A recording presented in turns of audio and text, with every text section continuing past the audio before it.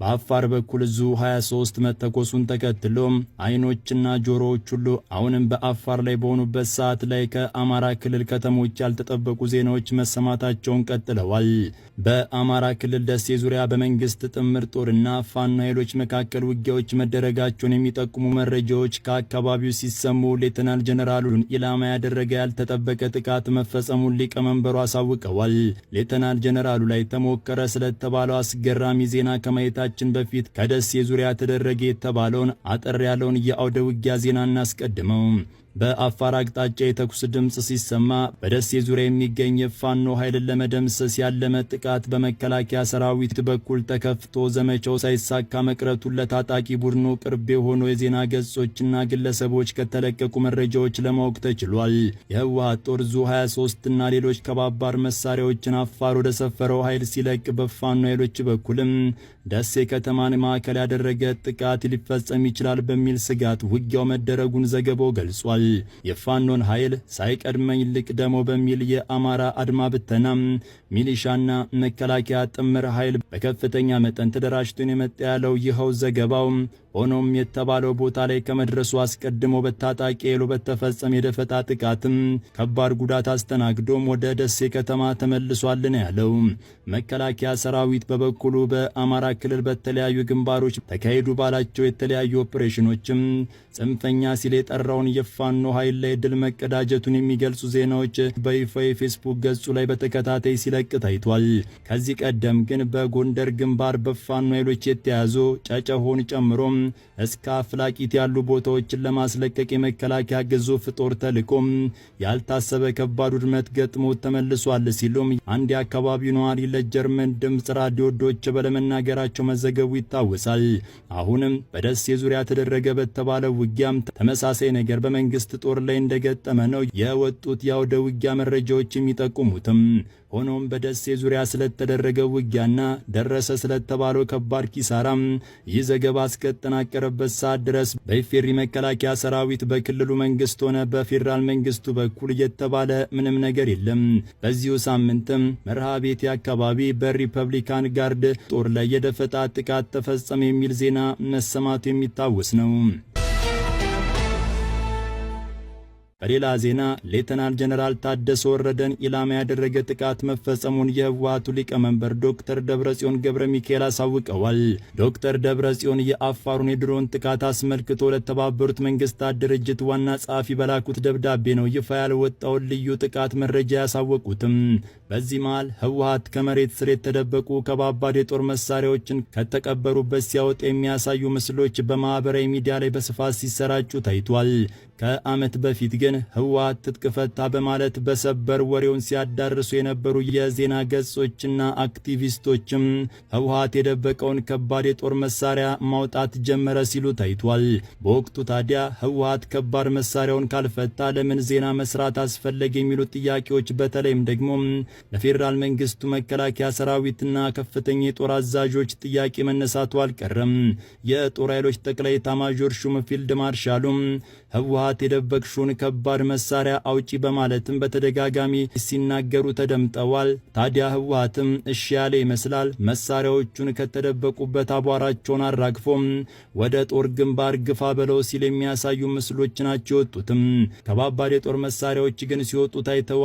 የፌዴራል መንግስቱ በአፋር የሰፈረው ታጣቂ ቡድንን በመጠቀም የትግራይ ክልል ጊዜያዊ አስተዳደርን ሌተናል ጀነራል ታደሰ ወረደን ኢላማ ያደረገ ጥቃት ተፈጽሟል ባሉበት ደብዳቤ ላይ በጠቅላይ ሚኒስትር አብይ አህመድ የሚመራው ፌዴራል መንግስትን ዶክተር ደብረጽዮንም ከሰዋል። ደብዳቤው እንደገለጸው የትግራይ ክልል ጊዜያዊ አስተዳደር ፕሬዝዳንት ሌተናል ጀነራል ታደሰ ወረደም በደቡባዊ ትግራይ የሥራ ጉብኝት በሚያደርጉበት ወቅት ላይ በፌዴራል መንግስት ድጋፍ በአፋር ክልል የሚንቀሳቀስ አንድ ታጣቂ ቡድን ጉብኝቱን ለማስተጓጎልና የፕሬዝዳንቱ ልኡካን አደጋ ላይ ለመጣል ዓላማ ያደረገ ጥቃት ከፍቷልን ያሉትም። በጥቃቱም የሰው ሕይወት ማለፉን ነው ዶክተር ደብረጽዮን በደብዳቤው ላይ ገለጹ የገለጹትም። ዶክተር ደብረጽዮን በላኩት ደብዳቤን ጥቅምት 28 ቀን ከምሽቱ 3 ሰዓት ተኩል ላይ የኢትዮጵያ መንግስት በክልሉ የድሮን ጥቃት ፈጽሟል ብለዋል። በትግራይ አፋር ድንበር አካባቢ በሚገኙ የትግራይ ኃይሎች ላይ በተፈጸመ የድሮን ጥቃትም የሰው ሕይወት ጠፍቷል፣ የንብረት ውድመት ደርሷል ሲሉ ከሰዋል። ታዲያ የድሮን ጥቃቱ የተፈጸመበት አቅራቢያ የነበሩት የህወሓቱ ጀነራልም ወዲያው ራስን የመከላከል የመልስ ጥቃት መክፈት እንችል ነበር፣ ነገር ግን አላደረግነውም ያሉበት ንግግርም ትኩረትን ስቧል። ራሳችንን መከላከል እንችል ነበር፣ ነገር ግን አላደረግነውም ሲሉም ብርጋዴር ጀነራል ፍስሐ ኪዳኑ ተናግረዋል።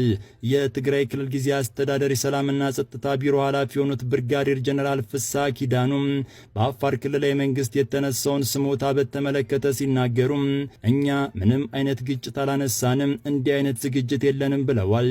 ጀነራሉ በአንጻሩ የአፋር ኃይሎችና የሐራ መሬት ኃይሎችን ተደጋጋሚ ትንኮሳ እያደረጉ ነው ሲሉም ከሰዋል።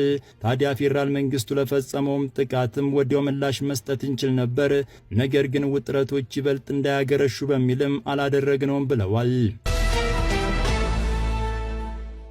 ይህ በእንዲህ ሳለ በኢትዮጵያ የመንግስት ሰራተኞች የተባለው የደሞዝ ጭማሪ አልተፈጸመልንም በሚል የቁጣ ድምጽ ከወደ ሐዋሳ ተሰምቷል።